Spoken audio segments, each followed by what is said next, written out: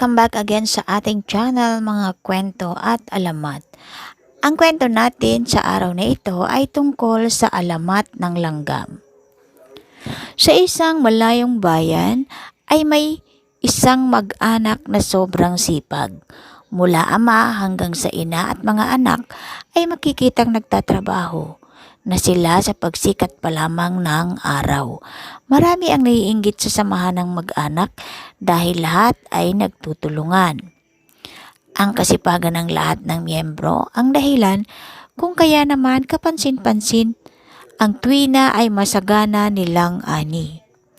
Sa kabila ng masaganang buhay ay hindi kinakitaan ng pagod ang mag-anak. Habang gumaganda ang kanilang kabuhayan ay lalo silang sumisipag. Sila ang gayahin ninyo para kayo ay umunlad. Madalas ay payo ng matatanda sa iba. Nagkaroon ng tagutom sa nasabing bayan. Pininsala ng labis na baha ang mga pananim. Karamihan sa mga taga roon ay hindi nakapag-ipon ng makakain dahil nakontento na lagi silang makapagtatanim. Mabuti na lang at mabuti ang loob ng masisipag na mga anak. Hinati nila sa mga kababayan ang mga pagkaing inipon nila. Walang masama na maging handa tayo sa mga panahong hindi inaasahan. Anang ama ng pamilya. Maging aral sana sa lahat ang pangyayaring ito. Napakayabang mo naman, wika ng isang lalaki na minasama ang narinig. Nakapagbigay ka lang ng kaunti ay ang dami mong sinasabi. Wala naman akong intensyong masama. Ibig ko lang pare-pareho tayong maging handa sa panahon ng pagsubok. Ang sabihin mo ay mayabang ka at dahil kailangan naming umasa sa inyo, diin ng lalaki. Natigil lamang ang diskusyon ng mamagitan ng isang matanda.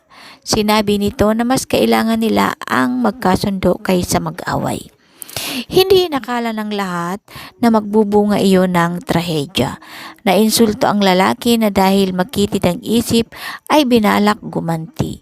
Isang gabi ay sinunog nito ang bahay ng pamilya na humantong sa kamatayan ng mag-anak. Nagluksa ang buong bayan. Nang hinayang sila sa pagkawala ng pamilyang nagbukas sa isip nila sa halaga ng kasipagan. Isang buwan makaraan mailibing ang mag-anak, dalawang matanda ang dumalaw sa nasunog na bahay. Agad ay napansin nila ang isang grupo ng maliliit na insektong namamahay sa isang bahagi ng bakuran. Nakalinya ang mga ito at bawat isa ay may dalang butil na iniipon sa tirahan nila. Nagkatinginan ng dalawang matanda.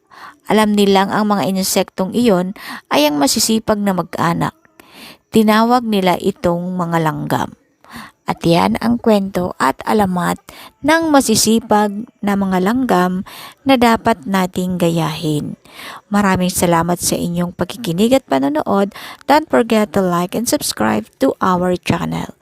Bye-bye!